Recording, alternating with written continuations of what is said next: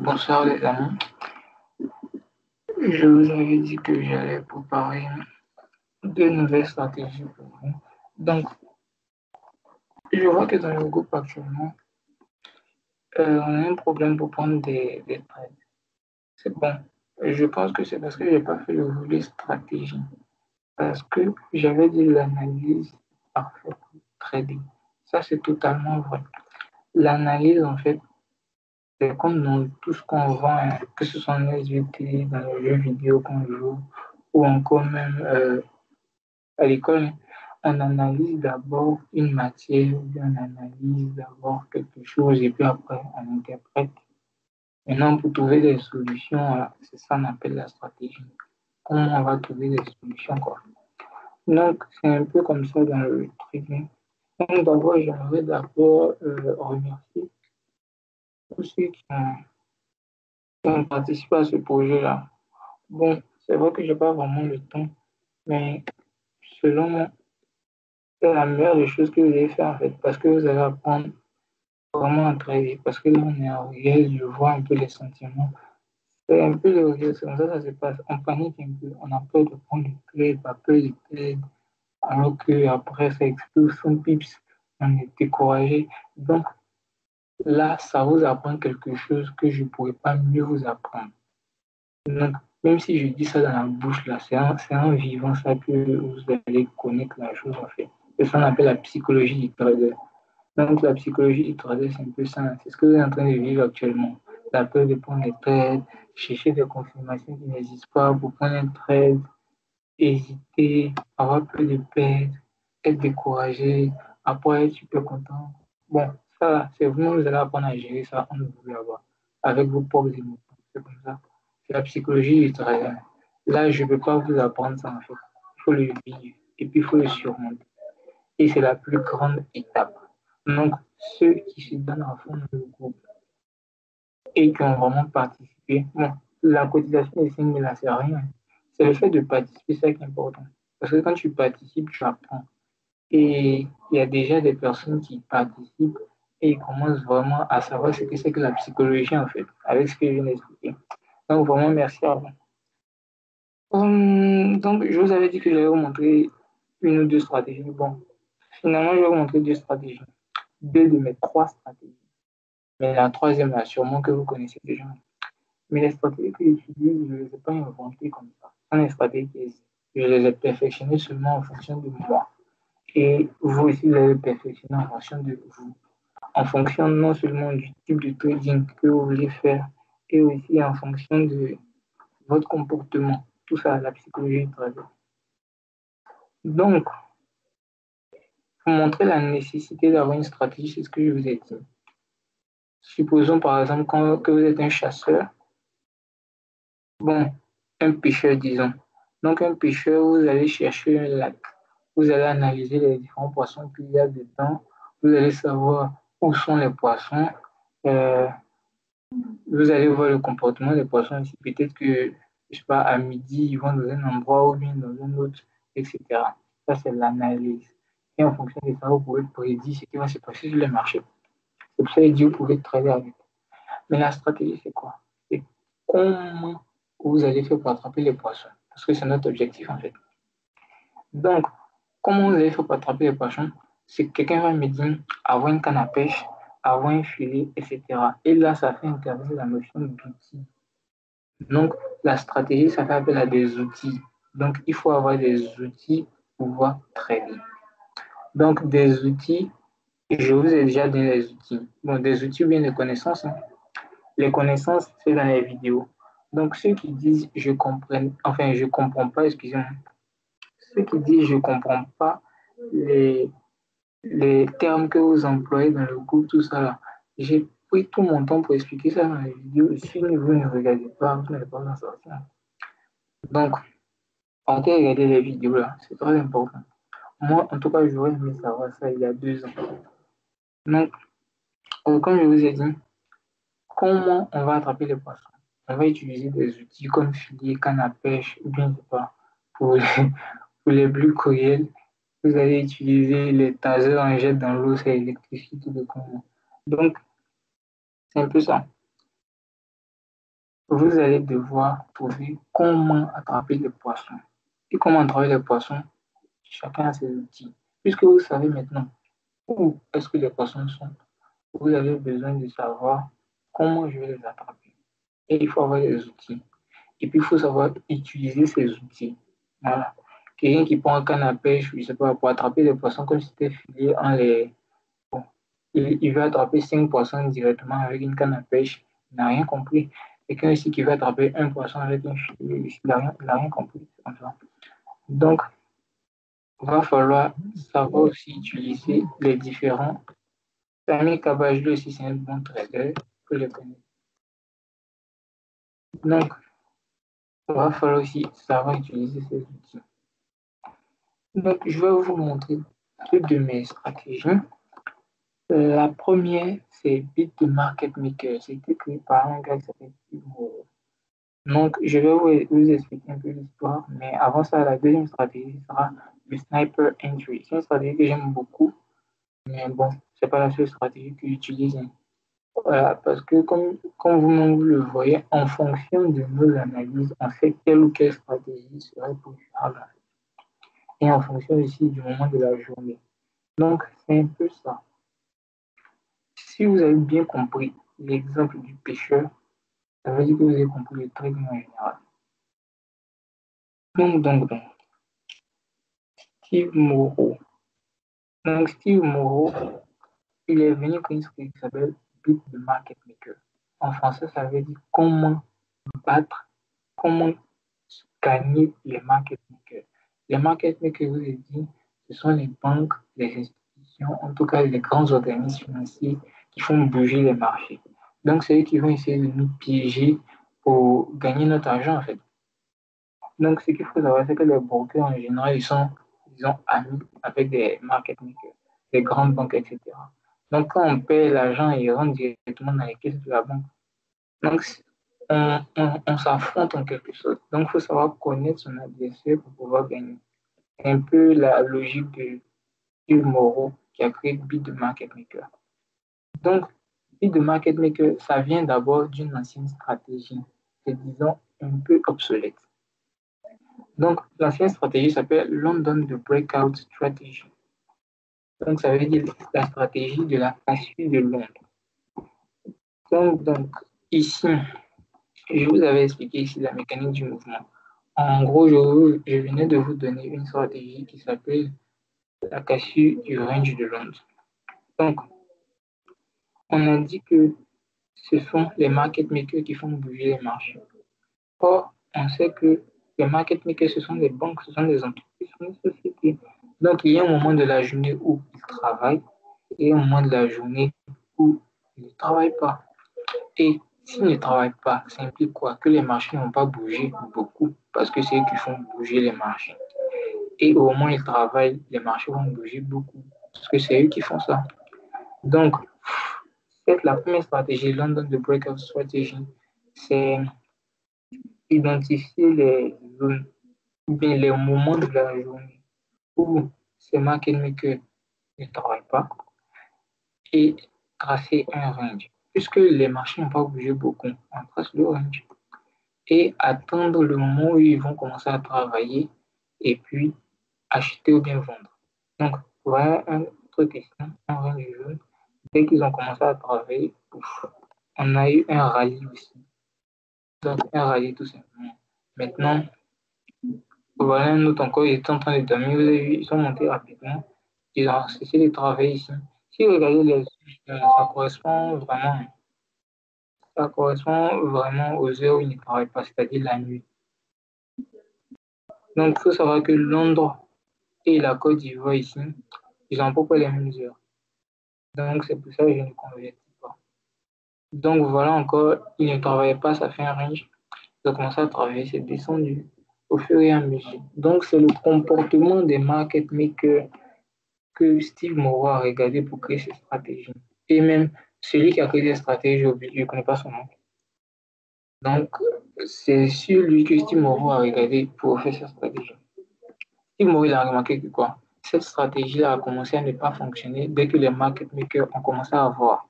Puisqu'ils savent que chaque matin, vous allez vous réveiller pour acheter ou bien vendre, et ils vont voir quoi? Ils vont entendre que le marché casse à la hausse ou bien casse à la baisse, et ils vont commencer à faire le contraire pour vous piller. Et puis, ce qui s'est passé ici, le marché, enfin, le range s'est cassé à la hausse, et ils ont commencé à vendre pour toucher ton stop loss, et puis ensuite, ils ont réacheté pour partir. Voilà, simple. Ils vous ont piégé aussi rapidement. Donc, Bit de Market Maker, il est venu pour un peu battre euh, la manière dont ils nous ont battus, lui aussi veut les battre. Bon, je vais vous expliquer sa stratégie. J'ai déjà mis les indicateurs de sa stratégie dans le groupe. Voilà un peu comment ça est. Donc, lui, qu'est-ce qu'il fait? Vous voyez les ranges en jaune que j'avais mis ici. C'est eux qui sont ici en bleu. Les carreaux, les grands carreaux bleus là. Donc, c'est eux qui sont bleus. Ce sont les différents ranges. Les ranges où ils ne travaillent pas, hein, bien entendu. Donc, vous voyez que ici, les ranges étaient tout fins, tout jolis, tout beaux, c'était facile à traduire. Mais maintenant, les ranges ils sont bien gros. Le moment où ils ne travaillent pas. Donc, il ne doit pas avoir de grands mouvements sur les marchés. Mais même quand ils ne travaillent pas, souvent, on voit de très grands mouvements. Donc, tout ça, ce sont les market makers qui essaient de piéger les gens. Donc, voilà un peu ce qui se passe. Steve Moreau a fait appel à un indicateur. Donc, l'indicateur, je ne vais pas entrer dedans parce que c'est un indicateur que je n'ai pas l'habitude d'utiliser, donc je ne sais pas de le comprendre. Mais je sais en tout cas comment il marche. Donc, vous pouvez aller chercher sur Internet. L'indicateur s'appelle Average Daily Range ou encore ADR. Donc, l'ADR, il a remarqué que à chaque fois que le range asiatique est cassé, il a tendance à s'arrêter sur l'ADR. Donc, avant de vous expliquer comment la stratégie marche, je vais d'abord vous donner les critères pour que cette stratégie marche. Donc, pour que cette stratégie marche, il faut trader certaines paires de devises et pas d'autres. Donc, les paires qui contiennent GBP dedans, c'est très important. Les paires qui contiennent GBP, c'est très important pour cette stratégie. On ne traite pas une autre paire qui ne contient pas GBP avec cette stratégie. Et Euro-USD, parce que Euro-USD est un peu corrélé à GBP-USD. Donc, en général, ceux qui utilisent cette stratégie, ils sont focus sur Euro-USD, GBP-USD. Tranquille. Donc, ce qu'il faut savoir, le type de trading que ces stratégies font. Cette stratégie va très bien avec le scalping ou le day trading. Bien entendu, on ne peut pas faire du swing trading avec cette stratégie. Voilà. Donc, quelle est la time frame, l'unité de temps? Vous voyez bien ici, c'est 15 minutes. En général, ceux qui utilisent cette stratégie, ils l'utilisent en 15 minutes. On ne l'utilise pas dans une autre stratégie, enfin dans une autre time frame. Donc, euh, on va passer aux indicateurs maintenant. Excusez-moi. On va passer aux indicateurs maintenant. Donc, les indicateurs, c'est qu'il faut savoir, la ligne bleue qui passe ici, là, on a déjà vu, hein, c'est la moyenne mobile. Donc, la moyenne mobile, c'est une moyenne mobile de 200. Une moyenne mobile simple de 200 périodes.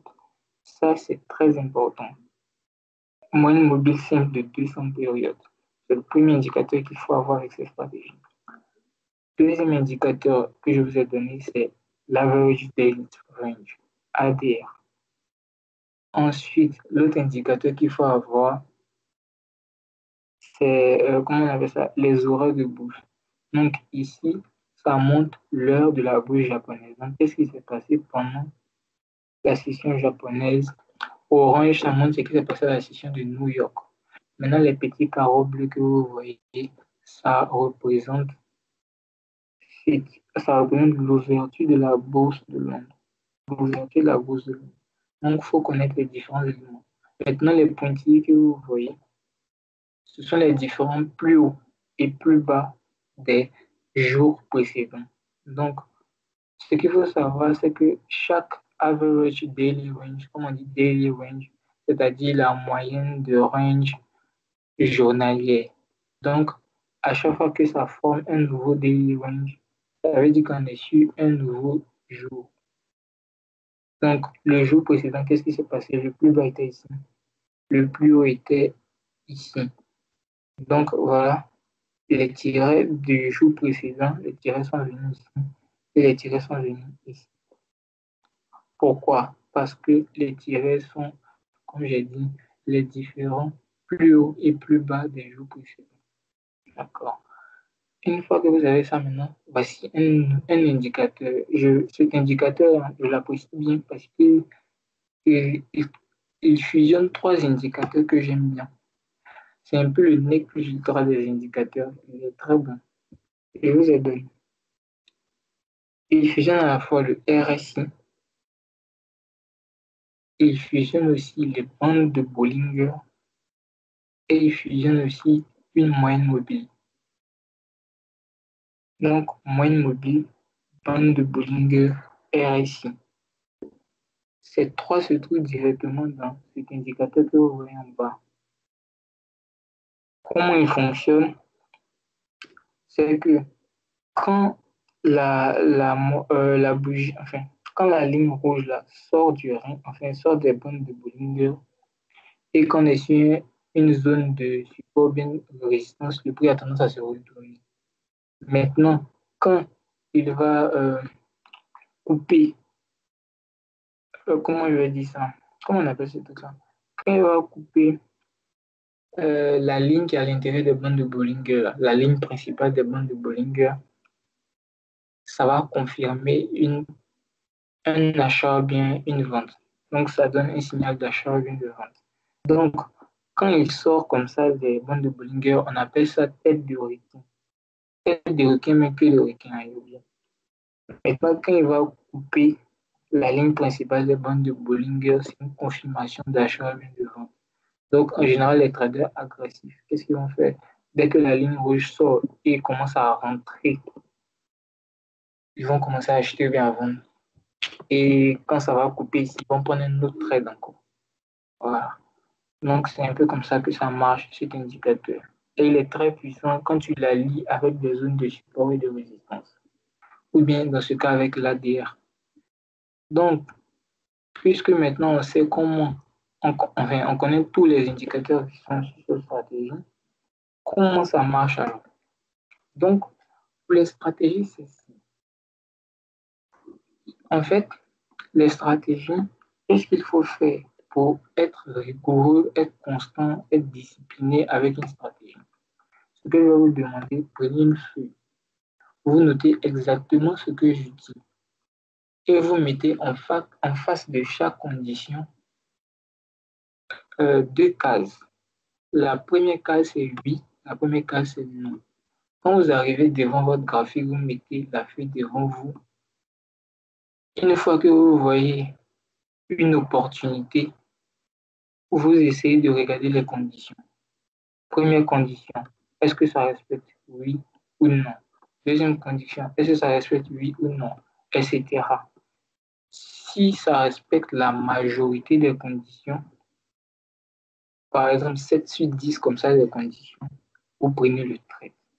Mais si ça respecte par exemple 3 sur 10, c'est pas la peine. Laissez le trade. Donc c'est pas toujours un trade. Surtout avec cette stratégie-là, on est très rigoureux. On trade seulement quelques fois. C'est pour ça que je vous ai dit, on ne poursuit pas un trade. On regarde. Il y a une opportunité, on regarde les conditions. Il n'y a pas les conditions, on se lève et puis on a demain matin. Donc, ce qu'il faut savoir avec cette stratégie-là, c'est que les heures de trade, c'est de 6 heures du matin. Il faut se lever tôt avec cette stratégie. De 6 heures, il faut se lever très tôt avec cette stratégie. Je ne peux rien faire. Donc, 6 heures du matin à, disons, midi même. 6 heures, en tout cas, pour prendre le trade, voilà. Pour prendre le trade, c'est de 6 heures du matin à 11 heures comme ça. Voilà, de 6 heures du matin à 11 heures. Mais il faut vraiment se lever tôt avec ces stratégies et pas longtemps. Donc, qu'est-ce qu'il faut savoir encore? Je vous ai déjà dit, la time frame, on utilise soit en 15 minutes, soit en 5 minutes. En général, ce sont les deux time frames. Si vous partez au-delà, la stratégie va devenir de plus en plus efficace. Donc, c'est du day trading, c'est du scalping, etc. Donc, voilà les conditions de la stratégie d'abord. Il faut attendre l'ouverture de la bourse. L'ouverture de la bourse, je vous l'ai dit, c'est le petit carreau en bleu. Voilà. Deuxième, il faut attendre l'arrivée sur l'ADR. Il faut que le prix arrive sur l'ADR. Deuxième condition, c'est laquelle? Troisième condition, il faut un croisement du TDI avec la moyenne. Il faut un croisement du TDI tout simplement. Ça veut dire quoi? Que le prix doit couper TDI là. Donc, il faut que les trois conditions soient réunies. Bon, moi, j'aime ajouter du price action dessus. Le price action, c'est l'étude des chandeliers. Par exemple, là, on sait que c'est une étoile filante. Hein. Là, on a vu. Hein. Donc, là, ça y est. Là, on sait que c'est une étoile filante. Donc, on peut entrer dans la vente. On voit que ça va osciller, mais arriver à la fin, qu'est-ce que ça fait? Ça ne fait que s'écrouler. Donc, même si ça respecte 2 sur 3 des stratégies, ça va. Enfin, 2 sur 3 des conditions, ça va. Mais la condition dominante, c'est l'arrivée sur le TD, sur l'ADR. L'arrivée sur l'ADR, c'est la condition dominante. Donc, on va voir un peu comment cette stratégie va marcher. Donc, voilà un peu ici. Le prix est venu taper ici. Donc, première condition respectée, l'arrivée sur l'ADR. Deuxième condition, on attend l'ouverture de bourse. Voilà, l'ouverture de bourse est ici. Premier truc en rouge ici. Donc là, comme ça. Donc là, c'est l'ouverture de bourse. Attendre le croisement des TDI à la baisse. Donc, le TDI était où à ce moment-là? Le TDI s'est croisé, bien évidemment, mais on attend qu'il coupe la moyenne principale.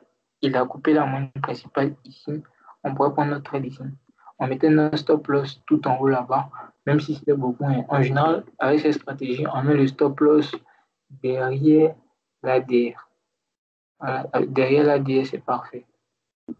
Bon, je crois que je me suis un peu trop avancé. Hein. C'est à partir d'ici, il avait coupé. Voilà. Derrière l'ADR, ça allait faire un stop loss de 20 pips par là. C'est pas mal, hein, un stop loss de 20 pips. Voilà. Donc, on voit que les trois conditions ici étaient respectées. Quand les trois conditions sont respectées, ceux qui utilisent cette stratégie vont augmenter le risque.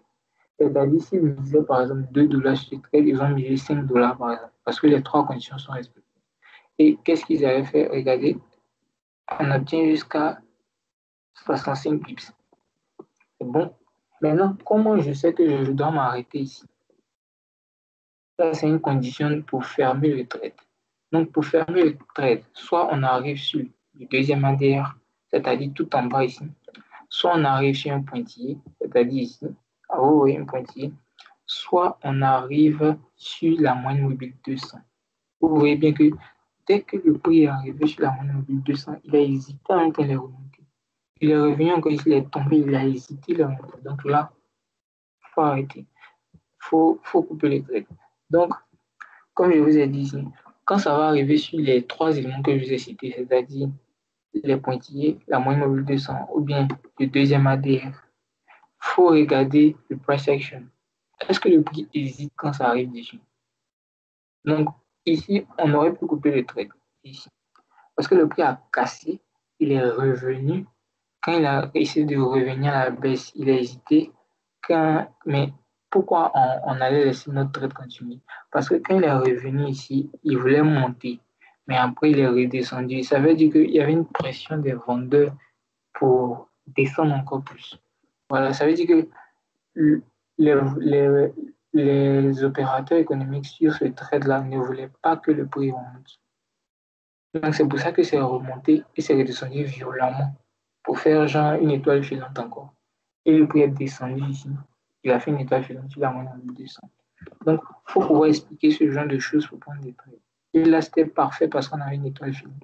C'est pour ça que j'ai dit, moi je vais m'ajouter une nouvelle condition sur le price action, l'étude des chandeliers. Donc ça c'est parfait comme trade. Ça va être parfait comme trade. Donc vous allez prendre ici, ici, là, 20 pips ici, tranquille, et vous allez prendre 70-65 pips. C'est parfait comme trade.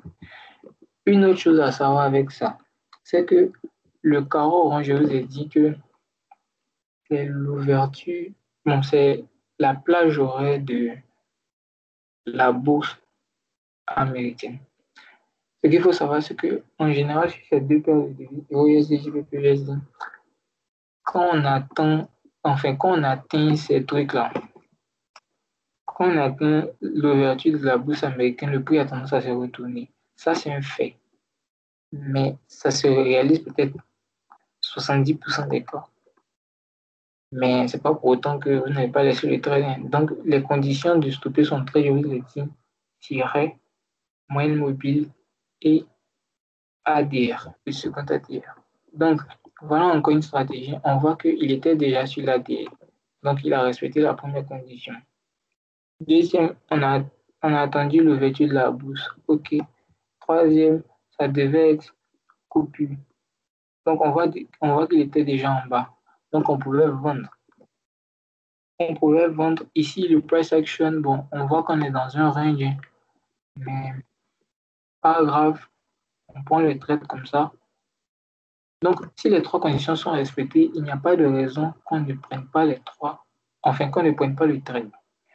Mais la stratégie n'est pas fiable à 100%. Mais ce qu'il faut savoir, c'est que si vous respectez cette stratégie-là, il n'y a pas de raison que vous perdiez l'argent sur le long terme. Donc, si on prenait notre trade ici et qu'on mettait, bon, un stop loss de 20 pips ici, ça ne va pas le faire. Hein. En général, les stop loss, on met sur le sommet précédent. Mais il faut savoir aussi calculer le ratio risque-récompense. On dirait que je n'en ai pas parlé dans la formation. Mais le ratio risque-récompense, c'est combien vaut ton stop loss, combien vaut ton take profit, ton potentiel take profit. Donc, si tu veux mettre ton stop loss ici, c'est-à-dire à 30 pips, ton stop loss, enfin, si tu mets ton stop loss à 30 pips ici, tu dois mettre ton take profit minimum à 30%, enfin à 30 pips ici. Donc, tu allais regarder les obstacles précédents. Tu vois qu'il y a un obstacle ici, mais je vous avais donné les conditions pour stopper le trade. Les conditions pour stopper le trade, moyenne mobile 200. Deuxième, c'est pointillé. Et troisième, c'est ADR. Donc, tu regardes la distance entre ici et la moyenne mobile, ou bien les pointillés, ou bien l'ADR encore, ça fait combien? Si c'est 2 fois supérieur à ton stop loss que tu veux mettre, ou bien 3 fois supérieur, ou même c'est égal, c'est bon. Mais si c'est inférieur, tu ne prends pas encore les trades. Donc là, c'est une autre condition, mais c'est une condition normale. Mais c'est pour ça que je n'ai pas énoncé. Donc, tu regardes où tu mets ton stop loss. Ton stop loss, en général, c'est sur le précédent sommet ou bien le précédent creux. Maintenant, tu regardes la distance qui sépare où tu veux prendre le trade avec les pointillés, avec aussi l'ADR et la moyenne mobile 200. Tu vois si les distances sont 2 fois ou bien minimum égales à ton stop loss. Si c'est bon, tu prends le trade. Donc, si tu prenais le trade ici et que tu mettais là-bas à 30 pips, ça n'allait pas atteindre ton stop loss. Et tu allais gagner potentiellement ici, si tu arrêtais, c'était 25 pips. Pas mal quand même. Mais je vous ai dit, quand ça arrive dessus, il faut attendre. Donc ici, peut-être on allait arrêter parce que c'est hésité. Mais en général, je vous ai dit, un bon trader, c'est quelqu'un qui coupe une partie de son trade et laisse le reste couler. On ne coupe jamais un trade entièrement. Et si vous avez coupé tout un coup ici, vous allez perdre toute cette opportunité-là. Donc, on arrive ici, tu coupes une partie. Supposons que tu prends un trade avec 0,03 lots. Ici, tu arrêtes une partie, tu restes 0,2 lots. Le prix arrive ici, tu prends 0,2 lots. On voit que le prix arrive encore ici. Tu prends encore 0, c'est fini. Et ça va te faire un peu, ça va te faire ici 20 pips plus, plus ici 50, disons, 50 plus ici 60, c'est pas mal. Donc, tu vois que 20 plus 50 plus 60, ça fait déjà beaucoup, hein. Ça fait, disons, 110. C'est beaucoup. Donc, une autre encore condition, le prix est arrivé sur l'ADR ici. On a l'ouverture de la bourse, le TDI est croisé. Le sommet précédent, c'était ici. Donc, on voit que le stop loss allait se faire toucher. C'est pas grave, comme je vous ai dit. Ça veut dire que ici, bon, c'est pas notre journée. Mais on perd 30 pips et puis derrière gagner 110 pips, voire 80 pips, c'est pas mal. Donc ici, on voit que le prix n'a pas touché l'ADR. Or, l'ADR, c'est la condition principale. Donc, on ne prend pas le trade. Ici, on voit que ça a touché l'ADR. L'ouverture de bourse, on était ici. Et l'ADR s'est coupé, enfin, le TDI s'est coupé ici, disons, ici. Voilà, c'est ici. Non, là. Voilà. Euh, bon, ici, il s'est coupé, mais là, ça va être prudent. Donc, là, on pourra avoir peur de prendre le trade à cause des pointillés. C'est normal, mais regardez ce que le prix a fait. Il a cassé ça, il est revenu taper dessus. On appelle ça un pullback. Quand il casse un niveau, il revient taper sur le niveau avant de repartir. Donc, voilà. Donc, mais si on prenait ici, on a le stop loss à être de 40 pips. C'est trop. 40 pips aussi, si on regardait la distance qui nous sépare avec celui-là, on voit que c'est inférieur. C'est inférieur à 1, on n'allait pas prendre. Si on voit ici, là, c'était bon. Donc, c'est pour ça que j'ai dit les trois conditions ne sont pas nécessaires. Même si tu as 2 sur 3, c'est déjà bon. Donc, la première condition qui est respectée, la condition fondamentale, ça a touché l'ADR. La deuxième condition que ça a respecté, ça a touché, enfin, le TDI s'est croisé. Donc, notre stop loss ici, ça est de 30 pips. Et on voit que la distance qui sépare ici est de 30 pips, donc minimum 1. On regarde encore là, la distance, c'est 83, c'est supérieur à 1. On regarde ici, on voit que c'est toujours 81, donc c'est supérieur à 1 aussi. Donc, on avait pas du trade. Donc, il y a des gens aussi, je vous ai dit, ils sont très agressifs quand il s'agit de trading avec ces stratégies. Lorsqu'ils auront la tête de requin en bas comme ça, c'est-à-dire quand ça sort des moyennes mobiles, eux, ils ne vont pas se poser des questions, hein, ils vont prendre directement le trade. Donc, si quelqu'un qui prend ici, vous voyez que, voilà, il n'a même pas de problème à se faire, hein. Voilà. Donc, je vous, je vous encourage surtout à prendre des trades un peu risqués, c'est pas mal. Parce qu'à la fin, on est super content de nous. Regardez ici. Tu prends un trade ici, ici, et tu gagnes jusqu'à là-bas. 130 pips en un jour. Si tu vas pas te sentir, disons, un peu comme un dieu sur terre, voilà, ouais. Donc c'est normal de prendre ce genre de trade. Mais quelqu'un qui est prudent ici, il allait attendre le price action. Donc le price action ici, qu'est-ce qui allait se passer? On a un avalement ici, si vous vous rappelez bien. Un avalement ici, on allait mettre notre stop loss ici en bas, qui allait de 15 pips seulement. Et on allait prendre tout ça. Donc, il faut connaître aussi ce genre de choses. Si vous voyez bien là, on a un bon sell avec ce que j'ai appris.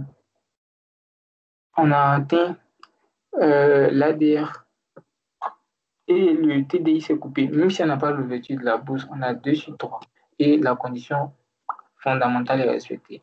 Donc, on a un bon sell. Donc, ceux qui veulent prendre un sell, c'est pas mal. Mais bon, si tu veux augmenter vraiment tes capacités, il faut attendre la confirmation des 3. Mais même la confirmation des 2 sans l'ouverture de la bourse, c'est pas mal. Donc, voici présenter la stratégie de Steve Morobit de Market Maker. C'est une stratégie, on ne réfléchit pas beaucoup. Donc, c'est pas parce que tu connais la stratégie que tu n'analyses pas. Il faut savoir ça. Je vais vous montrer un truc. Je vous ai dit, les analyses sont faites en H4 ou bien en tout cas, on les fait en H4. Qu'est-ce qui se passe? On voit que la tendance en H4 est haussière. Ça veut dire que ceux qui ont pris les trades à l'achat ils sont favorisés, oui ou non? Imaginons quelqu'un qui a pris un trade à la vente, même ici. Je pense qu'il a tué, mais au fur et à mesure que le temps va passer, son stop loss va venir toucher quelque part ici. Donc, en analysant, tu sais à quel moment tu dois vendre, tu sais à quel moment tu dois chuter. Ça, c'est bon. Et tu sais qu'est-ce qu'il faut privilégier. Donc, on voit ici que la tendance est haussière, donc on privilégie l'achat. Et on privilégie l'achat surtout quand on arrive sur la moyenne mobile 200 comme ça. Vous voyez. Donc, ceux qui allaient privilégier ça, ils allaient prendre plus de risques sur ce trade-là. Parce qu'on est venu toucher en bas. Or, on a dit on privilégie l'achat. Donc, il allait prendre plus de risques, il allait gagner encore plus. Donc, ne jamais négliger l'analyse. Voilà, ne jamais négliger l'analyse. Bon, ça c'est la première stratégie que j'ai fini de montrer.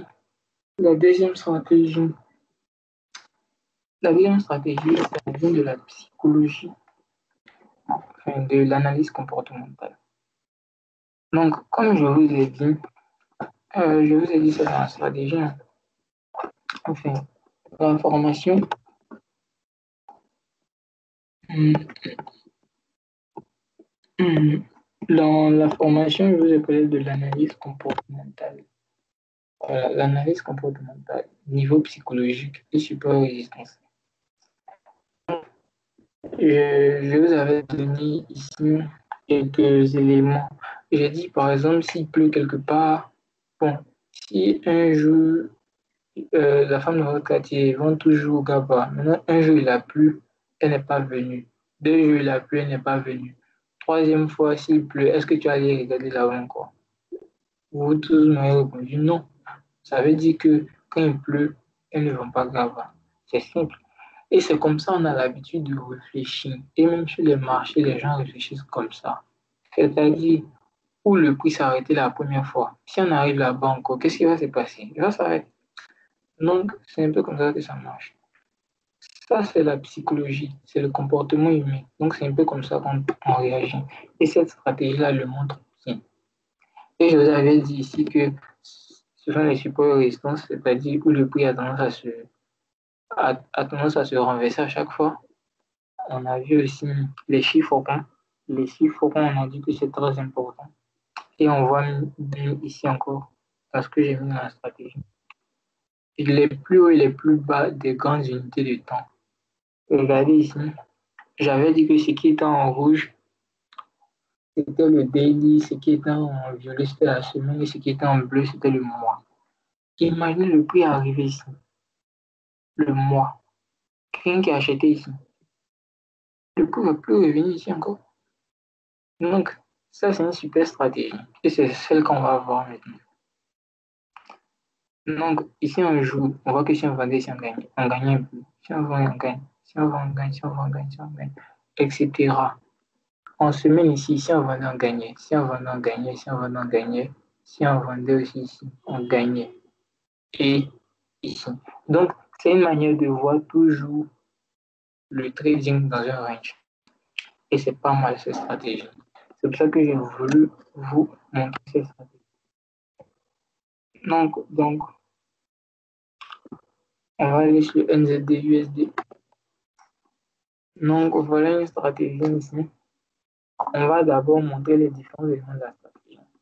Comme la moyenne mobile 200. C'est très important en fait la moyenne mobile 200 parce que ça nous montre la tendance sur le long terme. Et la tendance est très important à connaître. Et en plus, c'est une convention même parmi les traders parce que la moyenne mobile 200, le prix a tendance à rebondir dessus. Ensuite, il y a le stochastique, ça tout le monde le connaît. Je ne vais pas venir m'attarder dessus. Il y a un autre indicateur que je vous ai donné, c'est le High Low Close Period. Donc, ça donne à la fois les plus hauts et les plus bas du jour, de la semaine et du mois précédent. Donc, en noir, ça représente les différents plus bas et plus hauts du jour précédent. En bleu, les différents plus hauts et plus bas de la semaine précédente et les différents, et rouge, c'est les plus hauts et plus bas euh, du mois précédent, tout simplement. Donc, si vous remarquez bien, le prix a tendance à rebondir dessus. Regardez ici, quand le prix a cassé,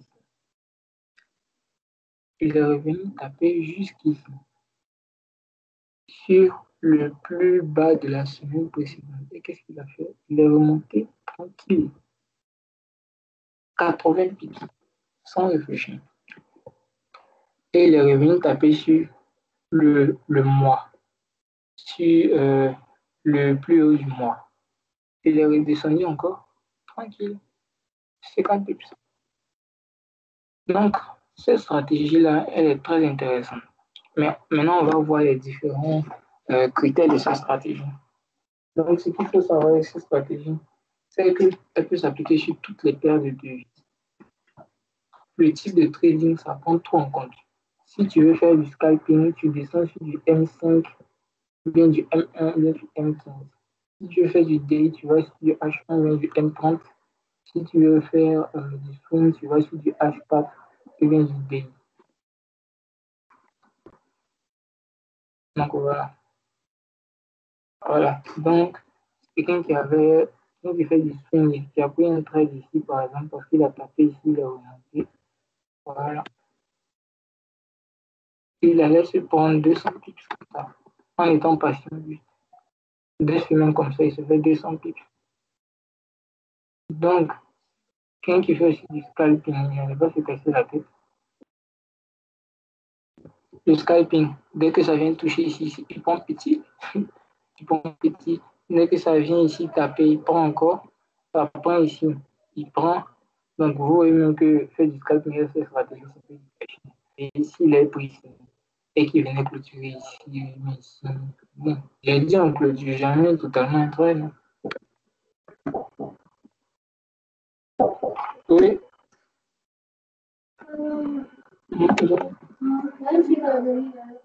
Ah, oui, d'accord.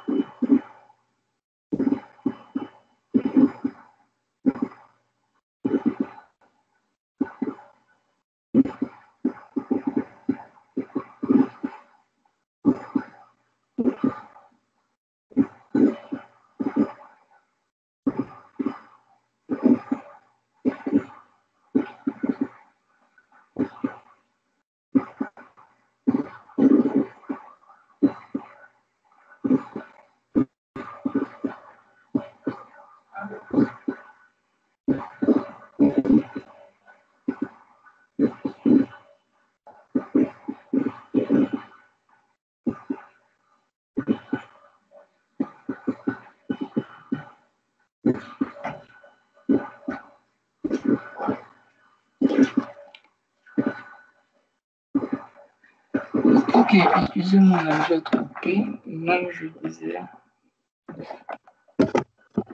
les conditions de cette stratégie. Comme j'ai dit, pour une stratégie, vous devez prendre une feuille où vous notez les conditions. Puis, tranquillement, vous regardez les conditions. Si c'est bon, vous prenez. Si c'est pas bon, vous ne prenez pas. Donc, voilà un peu. Un scalpel n'allait pas se casser la tête, il allait prendre ici, ici. Même sur les pointillés, j'en ai pas parlé. Mais les pointillés, ça montre où le prix s'est clôturé la fois précédente. Et c'est pas mal aussi. Donc, hum, le scalper, il allait se gaffer, hein. Donc, on va voir les stratégies, les conditions. Donc, les conditions, vous devez les énumérer sur une feuille. Vous écrivez oui, non en face. La première condition. D'abord, ce qu'il faut savoir les stratégies, excusez-moi, ce qu'il faut savoir ces stratégies, il y a deux manières de l'avoir. Donc, la première des manières, c'est suivi de tendance ou contre-tendance. C'est-à-dire, est-ce que tu veux suivre la tendance et est-ce que tu veux aller contre la tendance? Donc, suivre la tendance, ça veut dire de, suivre le mouvement de la moyenne mobile de 100. Et aller contre la tendance, ça veut dire justement ne pas aller dans le sens de la moyenne mobile de 100. Mais ce qu'il faut savoir, c'est que la tendance, elle est relative.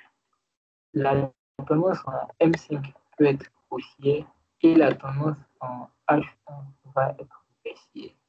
Et au fur et à mesure, si on altère comme ça sur les différentes unités de temps, ça change. Donc, il faut privilégier la tendance sur les grandes unités de temps. Voilà. Mais il faut savoir qu'au fur et à mesure qu'on augmente le temps aussi, comment je vais dire, la tendance peut changer.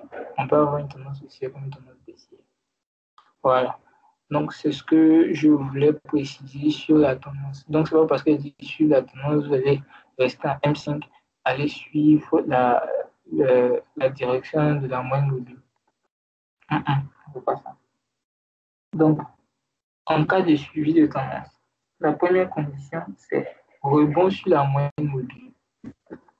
Donc, vous voyez ici que le prix a tendance à rebondir sur la moyenne mobile. Il a rebondi ici. Et il a rebondi ici. Il rebondit en fait en général sur la moyenne mobile. C'est pas toujours comme ici, comme ça, c'est pas toujours qu'il rebondit dessus. Mais en général, si. Et même si on regarde là, sur les unités de temps encore plus petites, vous voyez qu'il est venu taper, il est redescendu. Donc, la plupart du temps, c'est vrai, quoi. Deuxième condition, bon, c'est pas la deuxième condition, c'est une première, première condition ex aequo. Voilà. C'est rebond sur les high low, c'est-à-dire pullback pardon, sur les high low. Donc, regardez un peu par exemple ce qui se passe ici. Le prix a cassé le plus bas de la semaine. Attends, on va zoomer, c'est mieux.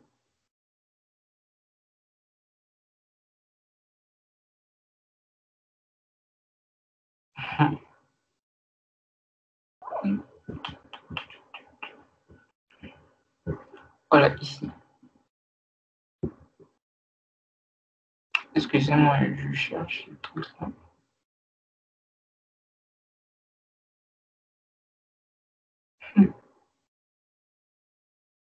Donc, c'est ici, voilà, le voilà ici. Donc, vous voyez bien que le prix a cassé avec une grande bougie. Il est descendu encore, mais il est remonté pour aller toucher l'avant-corps et il est redescendu. C'est ça qu'on appelle un pullback. C'est quand tu casses un niveau, tu reviens le taper avant de repartir dans le sens où tu recommences.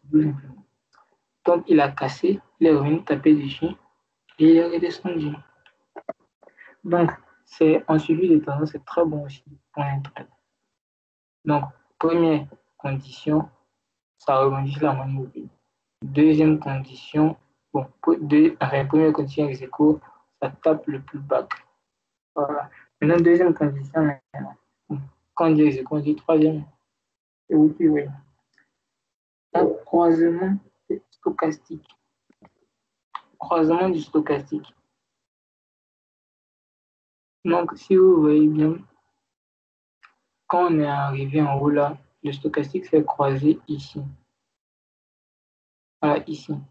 On peut prendre le trait ici à la vente et mettre un stop loss. Ou ici, on met en haut ici. Ça ne fait même pas 20 pips. Et regardez tout ce qu'on avait gagné.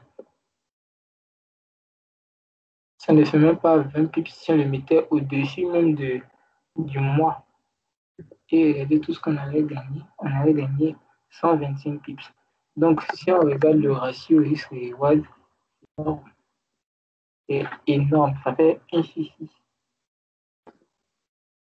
Donc, c'est un peu comme ça qu'on va gérer ces stratégies.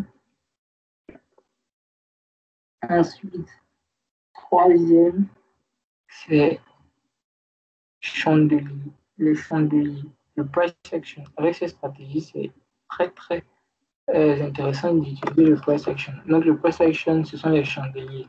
On a dit les chandeliers, il y a étoile, il y a l'homme pendu, il y a avalement haussier, etc., etc. Donc, quand ça touche ce genre de truc-là, il faut essayer de regarder un peu le comportement du prix. Par exemple, je vous ai dit que les pointillés aussi, souvent, ça compte. Donc, il faut regarder quel est le comportement quand ça arrive sur un pointillé. Vous voyez ici, le prix est descendu. Arrivé sur le pointillé, il voulait monter. Il est arrivé jusqu'ici. Et il est redescendu fortement pour prendre de l'élan pour remonter encore. Et là, on a vu que c'était quoi? C'était un marteau inversé. Donc, il a fait un marteau inversé sur les tirets. On ne va pas trop réfléchir, même si ce n'est pas prudent de prendre, parce que dans les conditions, je n'ai pas dit tirer. Parce que les tirets, ce n'est pas très prudent de prendre dessus. Mais il faut savoir que le prix a tendance à rebondir dessus. Donc, tirer, si on prend ici, on voit que c'était parfait comme trade. 10 pips, ou 12 pips comme ça, comme stop loss 15, ou même 19, 20. Et on allait gagner 58, 60. Pas mal comme trade. Donc, c'est un peu comme ça que cette stratégie marche. Donc, en cas de suivi de tendance, je vous ai dit, première condition rebond sur la moyenne mobile de 100. Comme dans ce cas-là. Vous voyez là, on prend 70 pips facilement. Deuxième condition, pullback. Donc, le pullback, c'est ce qu'on a vu ici. Il a cassé, il a retapé, il est redescendu. Voilà. Donc, pullback et ensuite croisement de stochastique. Donc, il faut avoir quand même un croisement de stochastique dans la zone de oversold ou bien la zone de oversold ici ou bien de overbought. Donc, quand on a pris ici le trade, on voit qu'il était en zone de oversold. Donc, quand on a oversold, ça veut dire qu'il faut acheter. Quand on a overbought, ça veut dire qu'il faut vendre. Voilà. Donc, le stochastique, il est très, très utile avec ces stratégies. Ensuite, on a dit le price action. Donc, le price action, il faut voir le comportement de la bougie quand on va arriver sur ce truc-là, sur les différents plus hauts, plus bas. Si tu ne suis pas le price action avec cette stratégie, ça ne va pas vraiment fonctionner à plein régime. Donc, dans ce cas-là, il n'y a pas vraiment. Bon, la condition principale, c'est que ça arrive sur quelque chose. Ça doit arriver sur quelque chose. Sur le plus bas du jour précédent, le plus bas de la semaine précédente, un pointillé. Il faut que ça forme du price action. Il faut aussi qu'on ait croisement de stochastique. Si tu as les trois, c'est parfait. Tu lances ton trade. Ou bien un pullback. Hein. Donc, j'avais dit que le pullback et puis le rebond, c'était ex aequo. Donc, maintenant, en contre-tendance. En contre-tendance, la première des choses, c'est qu'il faut regarder la distance qui sépare où on veut prendre le trade et la moyenne mobile. C'est très important. On appelle ça le volume. Quand le prix est très, comment je vais dire ça, Quand le prix est très éloigné de la moyenne mobile, ça veut dire que le volume est élevé. Ça veut dire qu'on a, disons, une divergence, un peu comme le RSI. Donc, pour les moyennes mobiles, pour savoir à quel moment il y a une période de divergence, c'est lorsque le prix est trop éloigné de la moyenne mobile. Comme dans ce cas-là. Dans ce cas ici, on voit que la moyenne mobile est ici. Et le prix, il est à 70 plus la moyenne mobile. Donc, il aura tendance à revenir toucher la moyenne. Ça, ne me dites pas comment je l'ai lu dans un livre et ça marche. C'est la divergence de la moyenne mobile. Parce que la moyenne mobile, normalement, elle doit accompagner le prix. Parce que c'est la moyenne du prix. Mais si le prix est éloigné de la moyenne, ça veut dire qu'il y a un problème, il y a une divergence. Voilà. Donc, en contenance, c'est la première des conditions et les disons nécessaires. Nécessaires. Deuxième des conditions, c'est arriver sur un high low. Bon, ça, on a déjà dit. Il faut que ça arrive soit sur le high low de la semaine, ou bien le high low du jour, ou bien le high low du mois précédent. Troisième condition, et ça, je ne cesserai jamais de le dire, si vous voyez les deux stratégies, il y a toujours du price action. Donc, il faut regarder le comportement des bougies. Vous voyez bien ici, le prix il est arrivé ici, il a voulu monter, il est redescendu fortement. Ça veut dire qu'il est en train de prendre de l'élan. Un autre jour, je vais bien vous expliquer cette affaire d'élan. Et qu'est-ce qu'il a fait? Quand il est reparti, il a fait même un avalement aussi, là même. Il a super avalé en fait, parce qu'il était ici, il est parti jusqu'ici. Il a continué comme ça, et puis regardez, il arrive sur le mois, et puis il est en train d'hésiter, il fait les étoiles, il fait comment on appelle ça, les étoiles filantes, les bougies, il fait même des avalements baissiers et vérifiés, tout ça pour former un double top pour redescendre ensuite. Donc là, il ne faut pas réfléchir, il faut prendre un seul sur un USD actuel. Donc, même si ça ne réussit pas, parce que cette stratégie, quand on la voit, elle est bien belle, mais ce qu'il faut savoir, c'est qu'aucune stratégie n'est parfaite. Voilà. Si quelqu'un il n'avait pas respecté toutes les conditions, on voit qu'ici, elle est perdre. Voilà. Parce qu'il n'y avait pas vraiment du price action ici. Les stochastiques ne s'étaient pas encore croisés. Et bon, c'est vrai que c'était loin de la moyenne mobile, mais on voit qu'il y a des conditions même qui doivent exister qui n'étaient pas là. Alors que quand c'est arrivé ici, ça a commencé à le faire. Ça a croisé, ça fait du price action, etc. Donc, c'est comme ça que ces stratégies marchent. Donc, je ne vais pas m'attarder dessus. On a déjà vu tout ce que je peux dire. Apprenez, apprenez, maîtrisez là. Tout de suite là, allez télécharger les indicateurs. Mettez-vous à les regarder comment ça fonctionne avec ce que j'ai dit. Maintenant, j'espère que quand j'ai dit les conditions de stratégie, vous avez pris une feuille, vous avez écrit et vous avez mis en face oui ou non. Ça va vraiment vous aider. Ça fait que vous ne réfléchissez pas, vous ne doutez pas. Ce qu'il faut savoir, c'est qu'en trading, là, maintenant, à cette ère de trading, là, il y a des robots de trading qui existent. Ils ne réfléchissent pas. Et d'après les statistiques, ce sont les robots de trading qui rapportent le plus d'argent. Et eux, comme je dis, ils ne réfléchissent pas. Dès que les conditions qui sont là sont respectées dans l'algorithme, ça prend le trade directement. Si vous réalisez comme ça aussi, ce sera parfait. Donc, n'hésitez pas. Dès que ces conditions sont respectées, vous pouvez le trade. Si ça perdit, c'est pas grave, mais continuez à respecter la stratégie. C'est ça qui importe. Donc, je vais vous dire au revoir. Je suis épuisé. Je dois aller bosser même pour demain. Et je cours à l'université. Donc, bonne soirée à vous et continuez de travailler. Ce sera parfait.